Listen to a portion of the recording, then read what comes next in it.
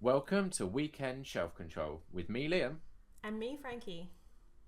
and today we're going to be talking about The Artist by Inigo Mort. So, this is an indie author who I discovered a good year and a half ago, maybe 2 years, on TikTok. Inigo is all over the horror community on TikTok. He does loads of videos where he talks about his feelings on horror. He reviews horror books. He talks to other horror authors and some really good interviews that you can also find on YouTube. Inigo also had a short story writing competition. I'm just checking I got those words in the right order, where people could write short stories and it was a competition. So a short story writing competition. That's right, isn't it? It is. Um, and the proceeds of this book went to the prize pot for the Ghosties, which is finished now. I can't remember who won, but someone won. But it was where people could submit their short stories. They would be anonymously read by others. Feedback would be given, and then they got shortlisted. And I think there was like a community vote on who would win.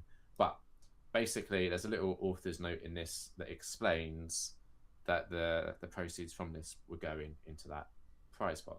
So Indigo is all about the indie horror community and giving back to it. So we thought we would read and review The Artist because it's a short book, but I feel like he packs a lot into it. Now, I'll be honest, I read this a year ago, whereas Frankie read it way more recently. So we're Yes. relying on Frankie for all the information while it jogs my memory from a year ago. No pressure. Yeah, I was gonna say I read it recently, but my brain's not great at remembering lots of details. But Yeah, I've sort of tried to overview it and remember certain key scenes and things, yeah, so that we can have some fun talking about it later when we get into spoilery stuff later. But first, we're just gonna talk generally. So if you haven't read it yet, you can keep watching. We won't spoil. exactly. We'll give warnings before we start talking spoilers. Yeah, and I should also say right at the start, I have met Inigo at several of those indie horror chapter conventions. So bear in mind, I'm probably going to have a little bias when talking about this because Inigo's great and very passionate about horror and very fun to talk to about all things horror. So I will try to be objective, but there's going to be a little bit of bias going on, which I feel like I should at least get that out up front. Hmm. So, should we start with talking about our spoiler-free thoughts on the artist? Yeah, so like I said in the April wrap up with this, I haven't read anything from Inigo before. You recommended to me and suggested we read his most recent book. And then I looked at his books and they all sounded interesting. So I decided to read them all. And so we decided to do a video on all his books. So um, this one was quite interesting. It had sort of typical horror things, but twisted a bit at times as well. Yeah, There are a few things where I wondered about something and then I turned out to be wrong. So, yes, and I did like certain phrases in here. I thought his writing was interesting, and didn't particularly like any of the characters. But yeah, I mean, that I think is by design. I'm not sure yeah, if you're meant to like any of them. Um, so, but yes, it's the yeah, kind of thing where, you know, you don't need to like the characters to enjoy the book. It doesn't spoil the book that they're unlikable. And just the whole cabin in the woods kind of setup. And yeah, it's pretty funny. I think of if you went to stay in a cabin in the woods, it's very idyllic. You're just, out in nature, away from people.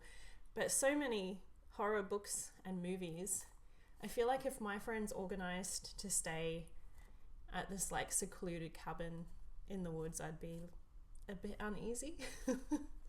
Oh yeah, I mean, yeah. So we should say a very quick sort of like synopsis for this book is basically there are a group of friends who all work for like their own business that they've set up, and they're about to launch NFTs, and they are going to this cabin in the woods to kind of celebrate the launch.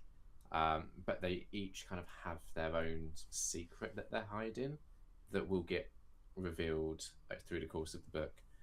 So that setup does get kind of give those like Evil Dead vibes of, because the friends that the way I was reading it, and I can't remember if it's explicitly called out or not, but they're all like early to mid 20s. It felt like, that age where because they talk about getting high a lot and drinking and stuff like that. So it's very much that like if you think of something like Evil Dead or Cabin in the Woods, that stereotypical cast of characters that would be drawn to a location like this and would have that mindset of, oh, here's the Necronomicon, I'm going to read out loud from it. It's that sort of character that you're dealing with. Yeah. Well, that's the thing, and there's the history to the cabin that they picked it because one of the characters who's in the dark that they have done this, an artist that he knows used to live there, so that's why they've gone to this cabin in the woods when they normally go to fancy penthouses or whatever when they're having time away.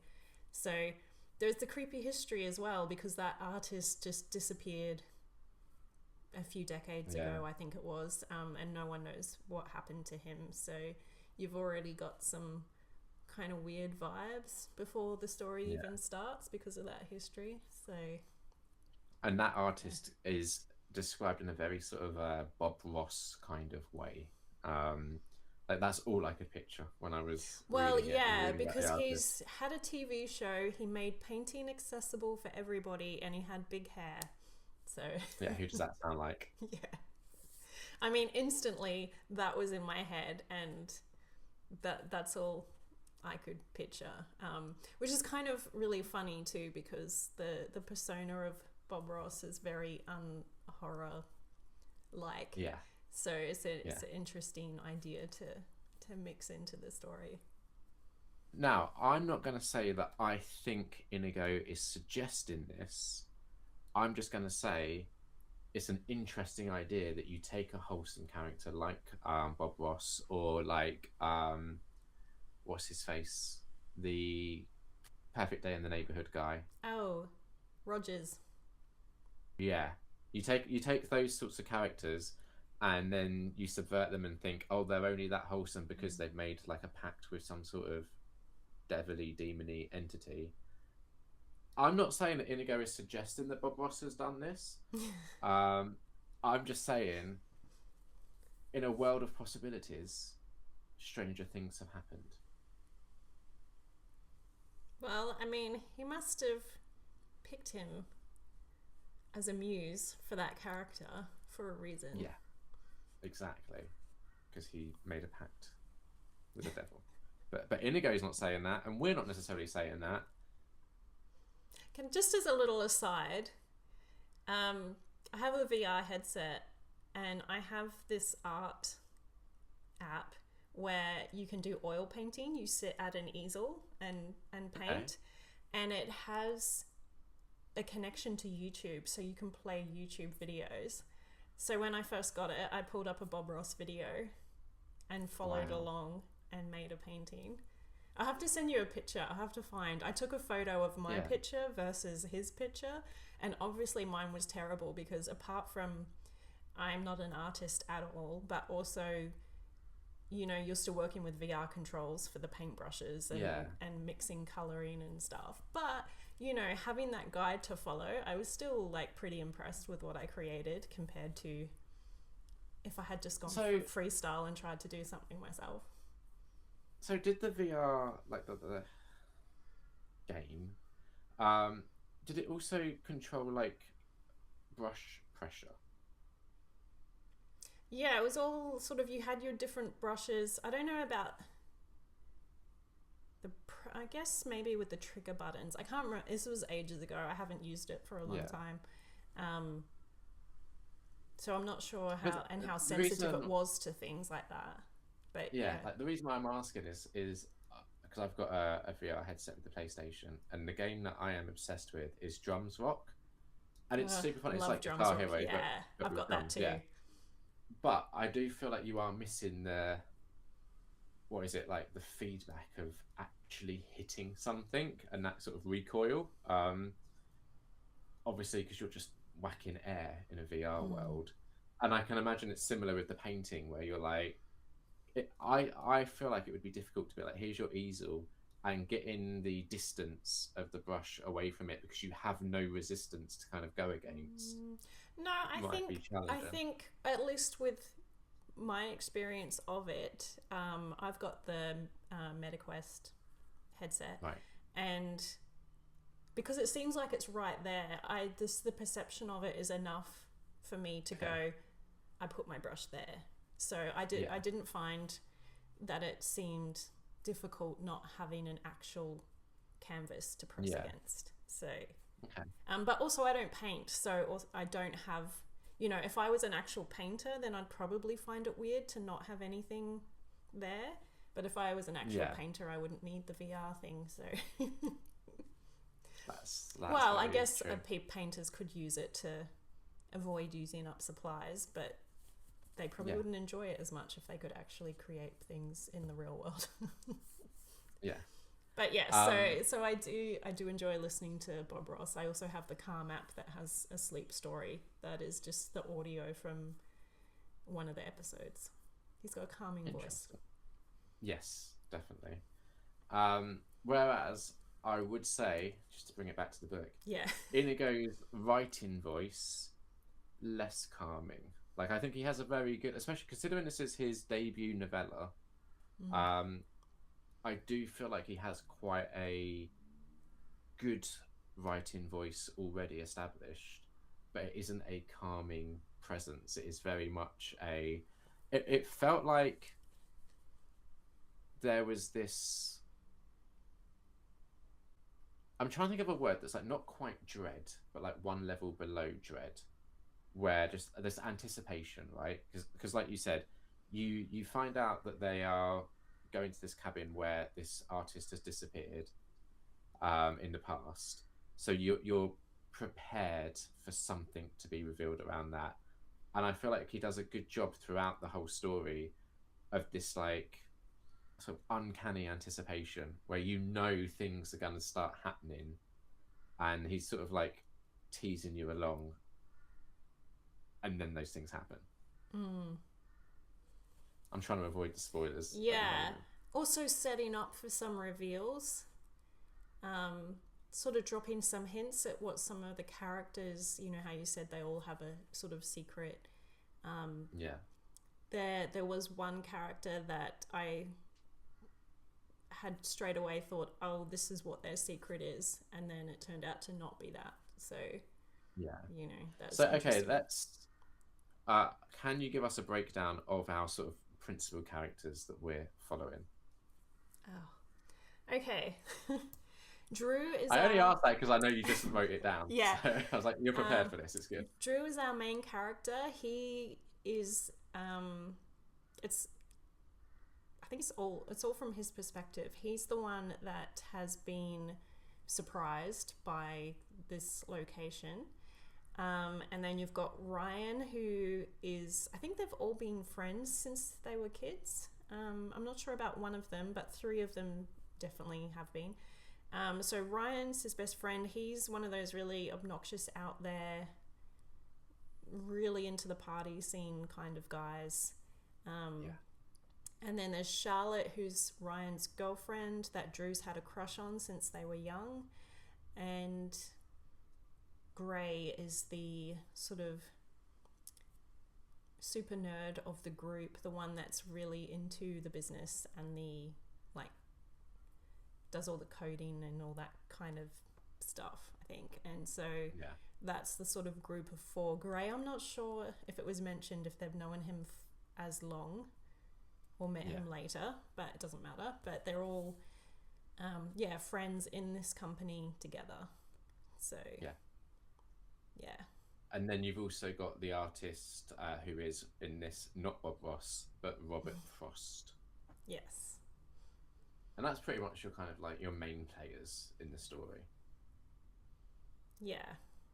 Yes, because I mean it's all set in this cabin that they come to. So, and the surrounding area. Yeah. Well, yeah, and the woods. I just mean there's no. Yeah. You know, they arrive at the cabin at the beginning. Then you have your prologue, which is from the perspective of the artist, which is, I don't know when that's set in relation to the story starting. It's not massively clear. Yes, from the perspective of the artist and a couple who are at the lake, which is near the cabin. So you have that opening and then you switch to the four friends. But yes, I don't know how much we can explain. No, I think that's that's setup, enough. right? Yeah. Basically, they talk about the artist and they reveal to Drew about why they're there and the artist and how it came about, and then some creepy things start happening and things progressively get worse and worse. And as I said in the wrap up, one thing I really loved is that something happens and, you know, it's like in horror movies, creepy things happen, especially I think, was it Hell House maybe?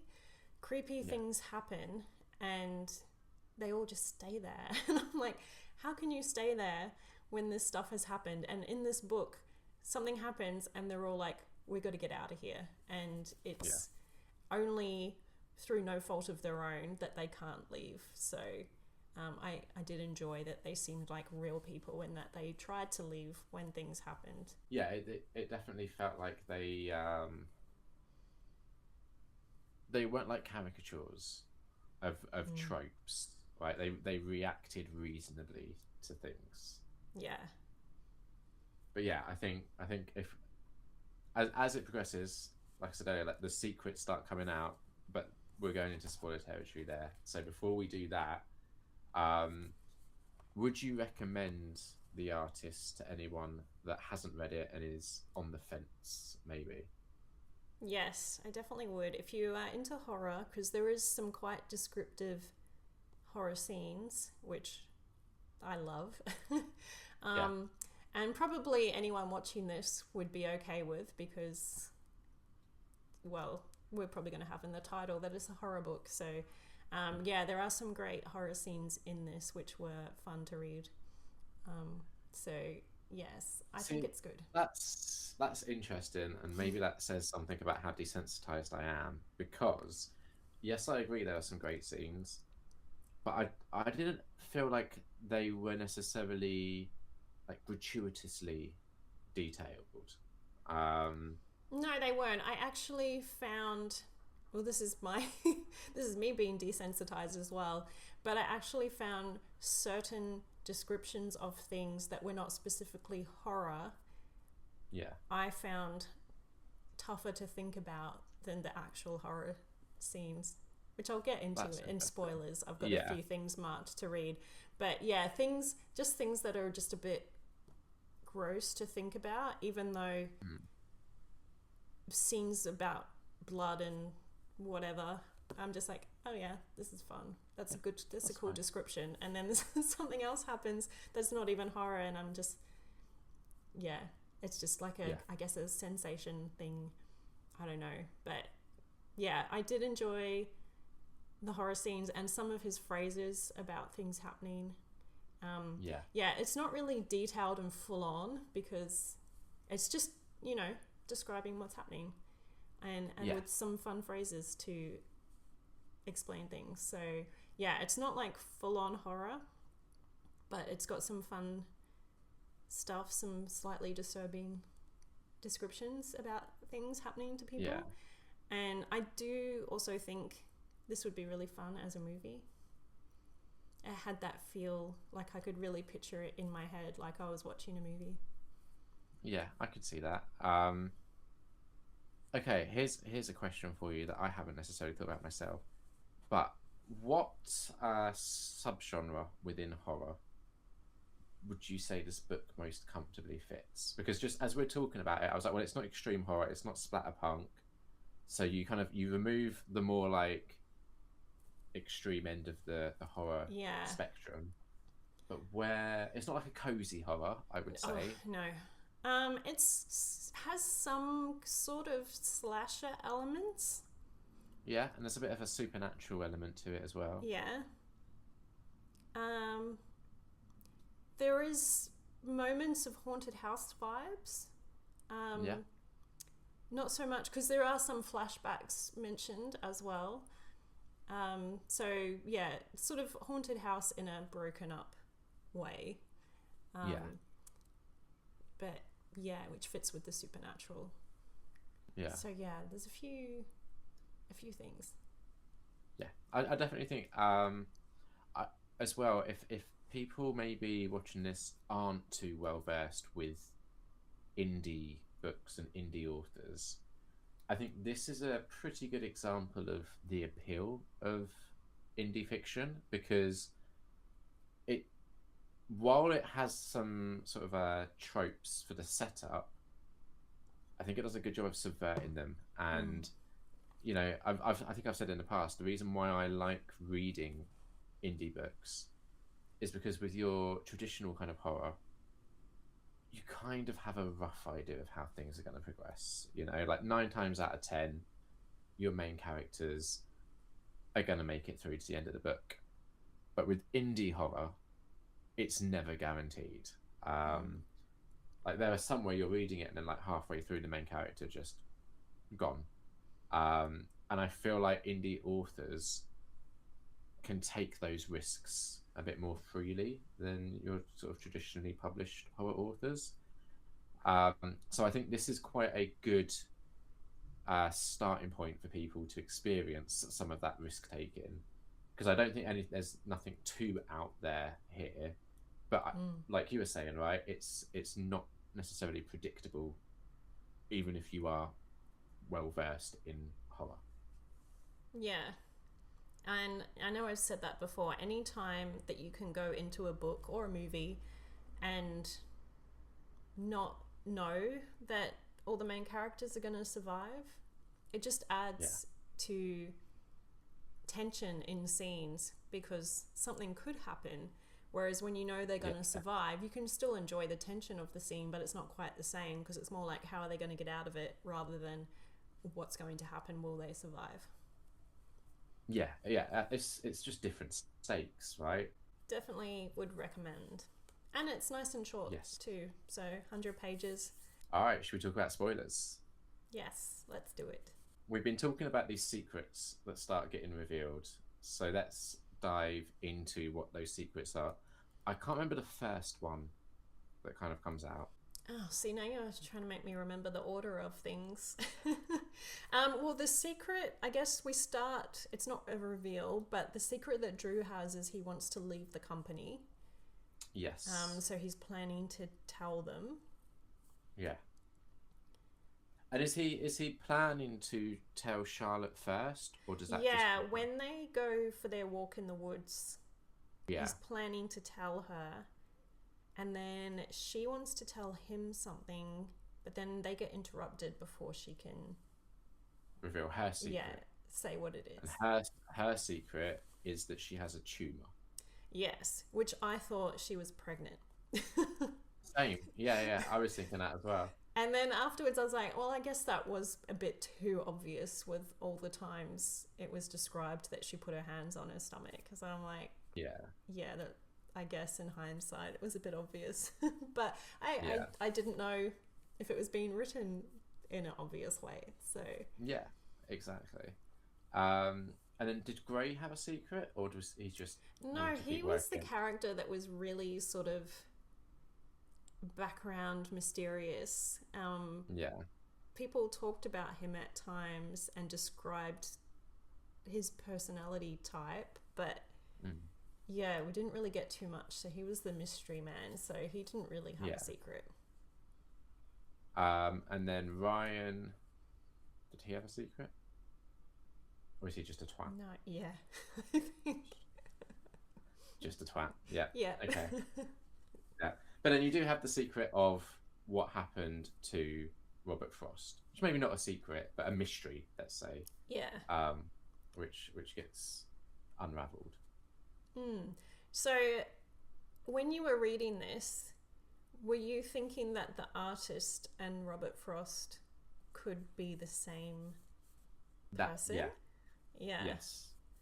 And with That's the way that it felt like it prologue was at the going. beginning, when it's like the artist is looking, the only thing that threw me in that prologue was it said like "it said" or something. So it Yeah. kind of tells you that it's not a person. Probably. But it could have been like a... But yeah, you person couldn't possessed. know for sure. But then I Yeah. just noticed that, and I'm like, it. So this is a, you know, a thing an entity. rather than a person. But at the Yeah. same time, you still don't know for sure. And then the fact that it's by the lake there. There's the thing with the art that the couple have in the prologue. They've used the artwork for whatever, and then talk about Robert Frost who vanished. So See, that prologue was, you know how you were saying earlier that it's quite cinematic how some of this is written, and you can like see it as a movie. I was getting real Evil Dead Rise vibes from that prologue. in what Is that way? just me? So Evil Dead Rise, right, has the I think it's also a prologue at the lake where Oh, see, I the don't, I Deadeye... don't remember, so that's why I didn't think about it. Oh no, Yeah, 'cause wait, you got yes, most of it happens with that, in the yeah, I apartment, but forgot. yeah. Yes, with that amazing where it just rises title out of the reveal. water. Yeah, Yeah, I've forgotten about exactly. that. Yes. I was getting real like those sorts of vibes from it. Yeah, so there we go. Well, you wouldn't want to copy it exactly, but I can just picture it in my head now with then the artist. Yeah, exactly. And I did like that you can tell that Inigo is quite cine literate as well, because this book does throw references to Human Centipede, Hostel, a Serbian film, the more, again, extreme side of horror cinema, but like the friends all kind of enjoy watching those movies, and I think they're described as like finding them like laughable, but sort of. But yeah, Yeah. I like that little like sort of nod of the head to these other horror. What's the word that I'm looking for? I want to say entities, but that feels wrong. But like these other like horror things, right? I like that they're existing. I do love that in books. I guess it's like, or like with Stephen Graham Jones with My Heart is a Chainsaw, and that like the main character is super into horror movies and is talking about them a lot, and so it is just kind of fun as a horror fan to be around characters like that, or to just read mentions of the movies and stories. Yeah. And I think it helps as well because when those sorts of movies get referenced, it helps with kind of setting a tone, which I think Inigo does quite interestingly in a way where like the tone of those movies isn't quite the same tone as the book. So there's like an interesting, I think we were saying earlier, like it's hard to necessarily get a handle on what's going to happen, because when you think you have an idea of what Inigo's doing, like with the, oh, is she pregnant? No, it's a tumour. There's that similar idea of, oh, are we about to go into this kind of like, in the horror movie world, we'd call it torture porn, but in books, we'd call it like splatterpunk extreme horror. Are we going to go into that sort of territory? It's like, no, not quite. We're going to just sort of like, maybe dip our toe into it a little bit with a couple of scenes, but we're not going to plunge straight into it. And it's kind of like, you're teasing the audience, like, well, it could go this way, but will it? Yeah, and there was some really cool scene to speak of the horror scenes. I Yeah. think the first sort of main thing that happens, which is one of my favorite, is when Drew walks into the room looking for Gray and he's not in his room, but there's a painting and suddenly there's a figure standing on the hill in the painting that has the red headphones that Gray wears. Yeah. And that's pretty creepy. It's one of those things That that you is. just Yeah. think about happening if you just had this landscape painting and then just suddenly one day there was a figure Yeah. suddenly standing in the painting. That's Especially if it looks like incredibly you creepy. or one of your friends. Yeah. One of the things that I thought was quite bold for Inigo for his debut kind of novella is a lot of the creepiness and the horror comes from the paintings, and I think it's an interesting challenge, right? Of how do you use words to convey art in Mm. that way, right? Like using words to describe the artiness in the paintings, and it's in the same way that like I think it's quite hard to sometimes do smell in books, to take such Yeah. a visual medium and articulate it just using language. I think Inigo did a really good job, but also like for your first sort of go out of the gate, why would you take on such a challenge to try to convey that? Well, obviously it's an idea he had because then there was also the talk about art as in, you know, if Mozart had died, would someone else have written the music that he did? Yeah, And how much great art have we lost from people dying and not yeah, being around to create that, and how much evil as well. So it's kind of interesting to think yeah, about.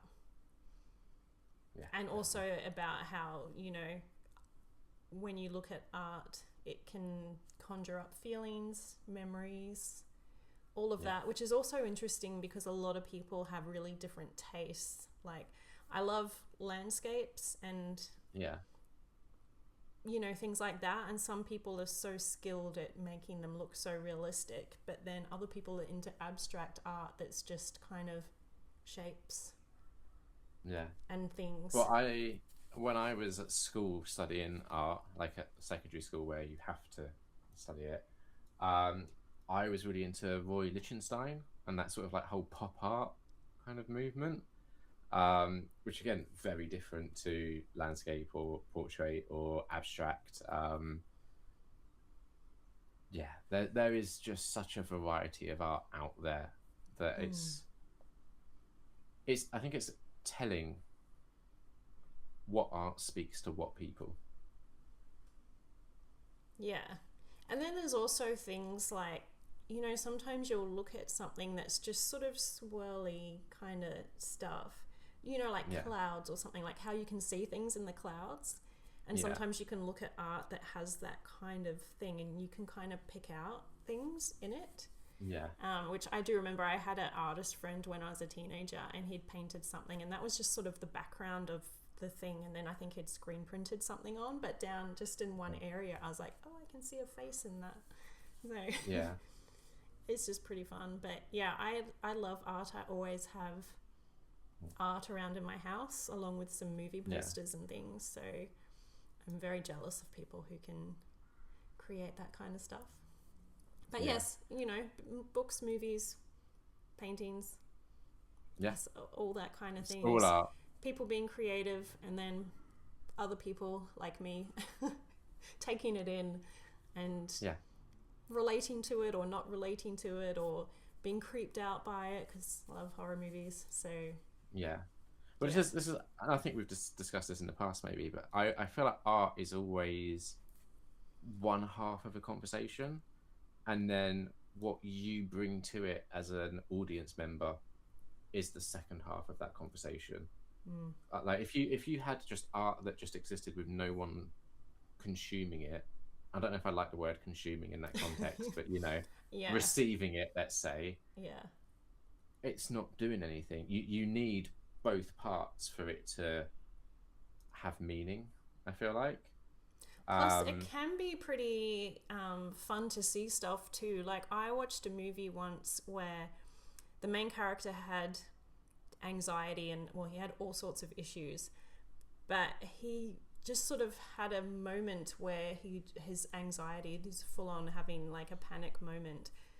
But it's something that I have had happen as well, but has never been shown in anything I've seen or read. And was so it? If I guess this from that description alone, I'm gonna be very pleased with myself. I think it's But unlikely. okay. Because there is a movie that I agree that I watched and I saw a well-known actor portraying like a panic attack in a way that felt so authentic that that one scene elevated the entire movie for me. And that was Captain Phillips. I haven't seen that.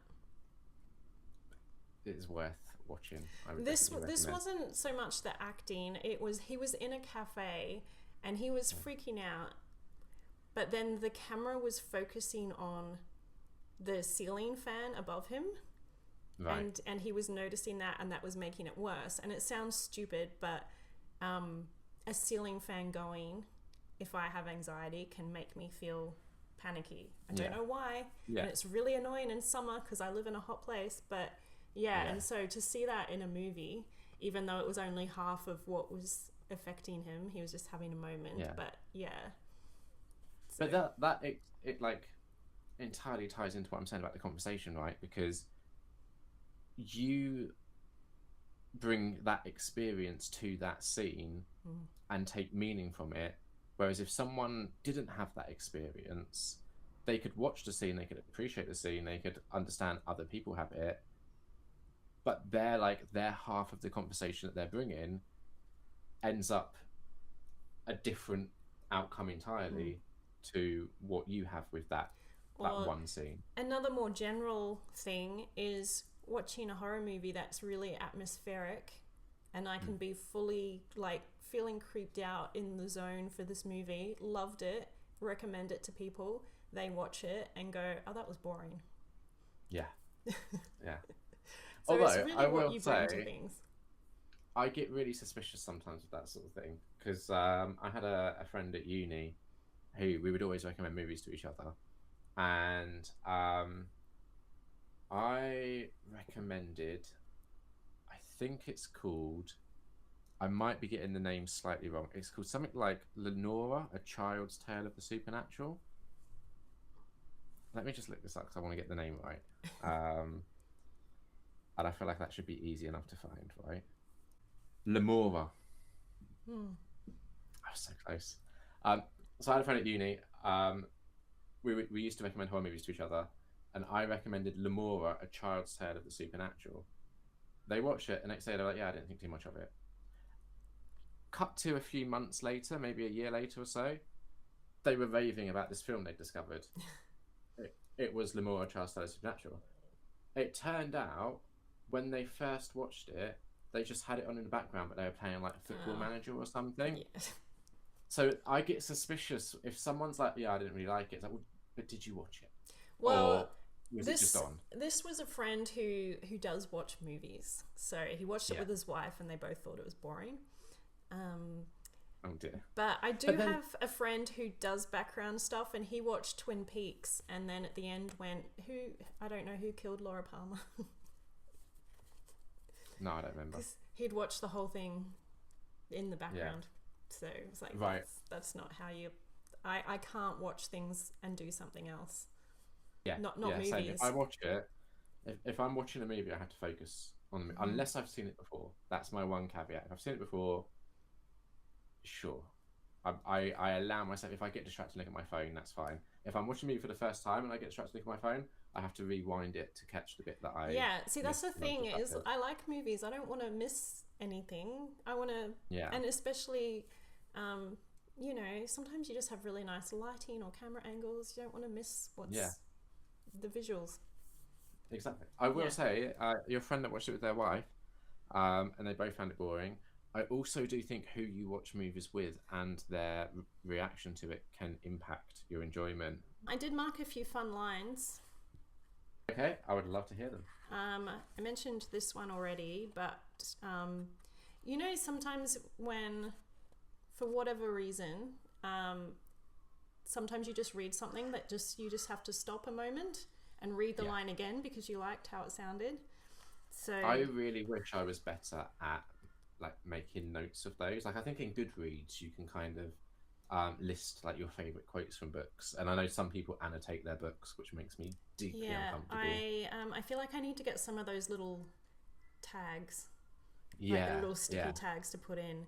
I didn't have yeah. any, so I have like big post-its, but I need Okay. to get some little tags. I don't normally bother to note things. I just think, oh, I liked Yeah, that line, and then just keep reading. But yeah. I just thought since we were talking about it, I would just mark it to read out. So Ryan looked like he was juggling chainsaws in his mind, 100 emotions buzzing on his face. I just Yeah. thought that's an interesting way to It's mention that. very like descriptive of a very specific look. When Drew searched for pity, but his heart was a desert, dry of empathy. Another thing Charlotte had stolen from him because she was Yeah. the worst. Yeah, Charlotte I think was an interesting character in this where okay, I want to hear the other things you've written out, but as a slight sort of like side Yeah, note, we talk can about we can Charlotte talk for a about second. Charlotte. Yeah, It's interesting because, like you said, this is from Drew's perspective, and he likes Charlotte. But the things that she does in this book, you're reading it and you're like, why do you like why do you like this woman so much? yes, Like, you know, like how hot is she that you're willing to forgive all of this awful stuff she's doing to yes. like her? Like at the end, he still wants to save her. Yeah. And And I'm there's like, why? some pretty significant reveals that we can talk about because we're in the spoiler section, Yeah, um, where she decides to. Actually, we should probably explain, right? So it's revealed that the artist is like an entity, isn't it? Some sort of like demony type thing. Um, and with Robert Frost, the artist that disappeared, the artist basically gave him the ability to do really compelling art. But there was a price to pay for that I cannot remember what the price was. Was it something to do with the wife? well, I think it was just that the artist sort of possessed the paintings, so having someone create the art could Right. sort of spread it around. And I think maybe it was when he tried to fight back. Was that why he went Yeah. after the wife, or it went after the wife? Yeah. Yeah, that makes sense. To try and get him to do. And I think that's why he didn't want to sell his paintings, because he was trying to not spread it around. Yes. And that was that very fun scene in the flashback where he's telling his story about his father saying that it came out of the painting and was standing over him in bed when he was sleeping. Yeah. I'm like, that's Yeah. so creepy. That is, yeah, because we started talking earlier about creepy scenes. Because we had the first one in the painting, there was that one. Yeah, this There was was just a also- mention, but yeah, I just find the idea of something coming out of a paint, it's kind of like The Ring with her coming out of the TV. Yeah. Anything that's coming out of something that nothing should be able to come out of is very creepy. Yeah. But especially And if it's in your house at night, coming into your bedroom while you're sleeping. Yeah. I think the other creepy scene I found very memorable was the one with Ryan, I think it is, in the window, and they see a face behind him. Oh, and I think it's Charlotte at the window. Oh, is it Charlotte? Okay, Charlotte at Yeah. the window. But yeah, and there's a face behind her. There. Yeah, I think it puts That the hands on her creepy. shoulder as well or something. Yeah. But yeah. yeah, Just, very creepy. yeah. Okay, so we had the creepy scenes. Then we were talking. What led to that is we were talking about Charlotte and she ends up wanting to make a deal with this entity, um, because of the tumor that she has. Yeah, So she's got 3 months left to live. yeah, So she makes the deal that it will bring her back. yeah, but Which I at the think cost. is a very bad deal anyway, even if it had worked out, because bringing her back, you know, it should be stopping her from dying, because bringing her back, Yeah. there's a lot of things that can go wrong with that when you're dealing with a demon-like thing. Yeah. Because she could just end up being a zombie. Ooh, the artist too. Um, okay, so then right, yeah, so and then Drew at the end, despite finding out that Charlotte's doing all of this, still wants to save her. Which, yeah, it's... Yeah, and we talked about this before recording, the final line, because at the end, it's sort of like a everyone dies. Drew just kind of gives in at the end, and the final line. So the artist entity wants to get into this NFT thing to basically start spreading its power and influence over digital art, which I think is really interesting. And the artist is trying to make a deal with Drew, isn't it, at one point? Yeah, so it can learn the coding to be able to do the work itself. Exactly, and the artist is like, well, if you help me, I can help Charlotte, sort of, and that's the deal that it's trying to broker. And then so then you have the final line. Yeah, so at the end when he comes, so it's as he disappeared below the surface, he thought he heard Charlotte cough, and that annoyed me at first because I don't want Charlotte to be the survivor. Yeah. But of course she only had 3 months left to live, so she's not going to survive for long if she actually does survive. So I don't mind that so much now. Yeah, it's one of those endings, right, where it is kind of like, is it even bittersweet, right? Is there even any sweetness to it? Like, it is one of those downer endings. Like you said, everyone dies. Although I have to say, I didn't like Drew.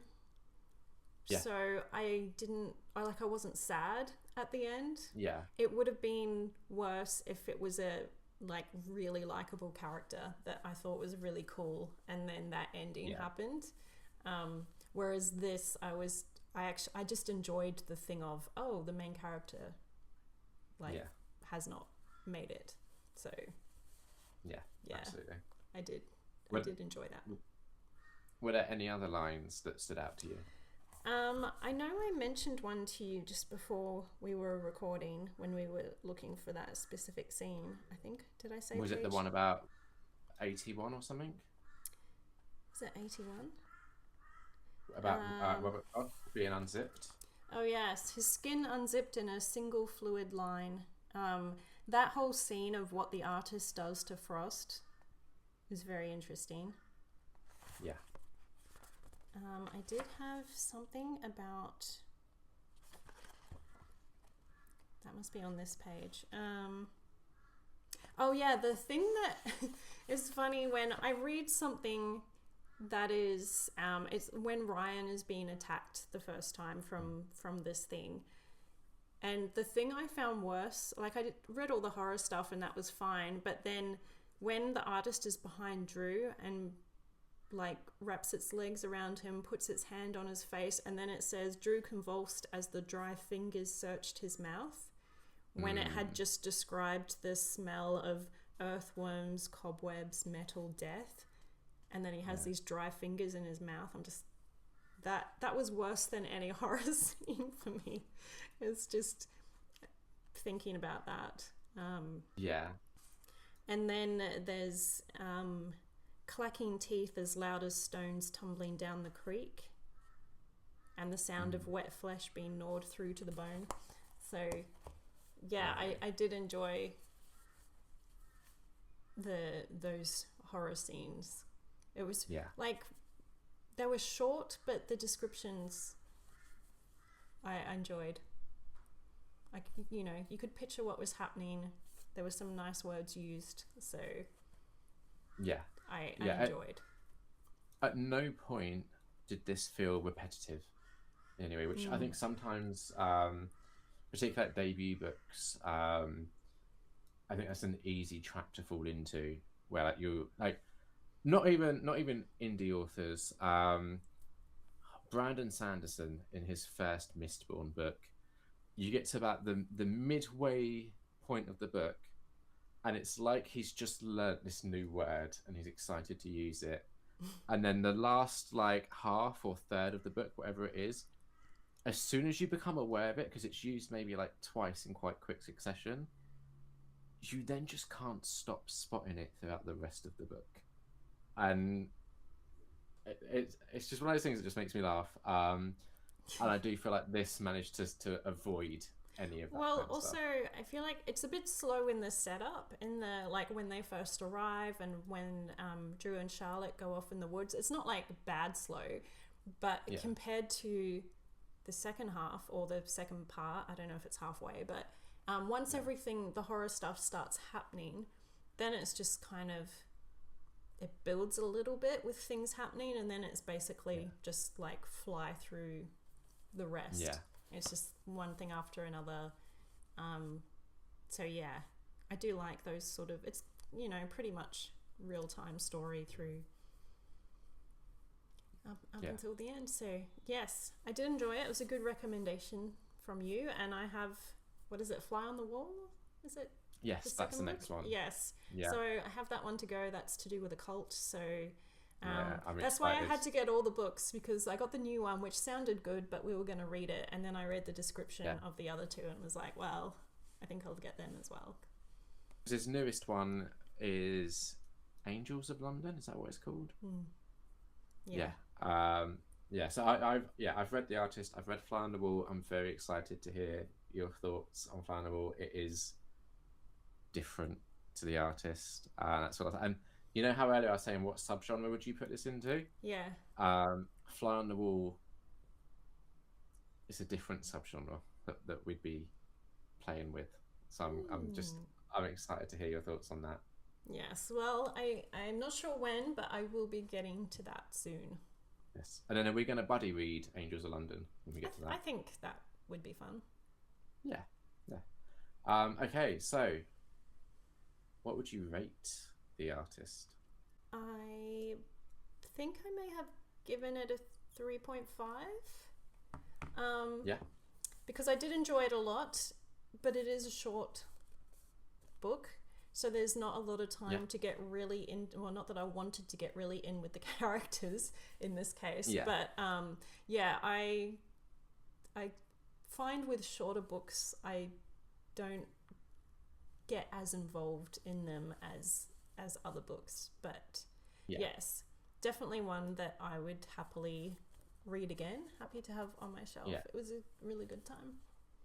Yeah, and I'm with you. I rated this 3.5 out of 5 as well. I'm with you on the characters. I think for me, just having a little bit more likability with one of the characters would have helped a little bit with this. I think Gray was my favourite in the end, but I think that was probably because you didn't really know much about him and you were more with the other three, so that might just be why he stood out.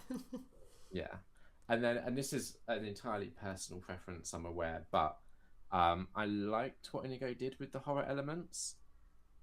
I just wanted to go that like half a step further at times. Like it was like, oh, this could be really interesting, and it either just like goes on to the next scene.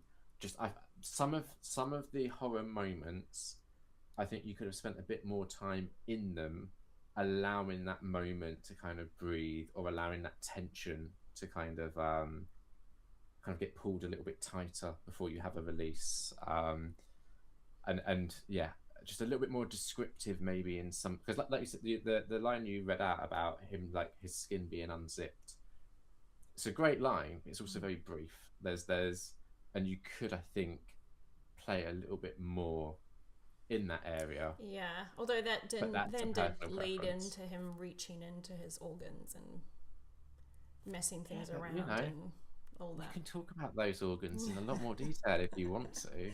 That is true. Um, but yeah, that's again, I'm aware that's my Well, yeah, preference. I guess too, you're coming from reading a lot of extreme horror and things, so you're used to getting a lot, And not only that, but potentially.